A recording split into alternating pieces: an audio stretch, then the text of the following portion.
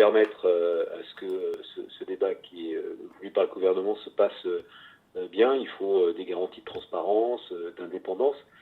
J'ai noté que parmi les 5 garants, il y a quand même 2 ministres dont on ne peut pas imaginer qu'ils soient complètement sans lien avec le gouvernement.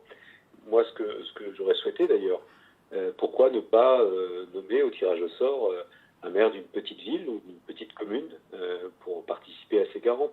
La lettre du président de la République, elle fixe à la fois un cadre et en même temps, elle annonce qu'aucun sujet n'est tabou, mais elle ferme le banc, j'ai envie de dire, sur des sujets qui sont pourtant présents depuis plusieurs semaines maintenant, lors des mouvements de protestation, que ce soit sur les ronds-points ou ailleurs.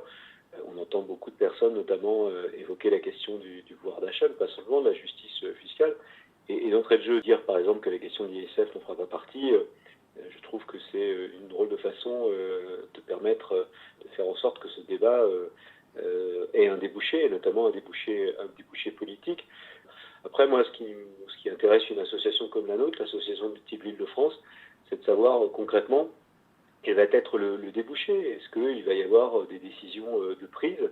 Et c'est à cette aune-là qu'on jugera si le débat a été utile ou pas. Et c'est la crainte de beaucoup d'élus d'ailleurs, parce que ce qui est important, c'est que des décisions soient prises pour corriger ces fractures territoriales, ces inégalités qui sont constatées sur le terrain. Donc l'attente, elle est forte là-dessus, et l'inquiétude aussi de maires, c'est de se dire il n'y aura pas de plan B.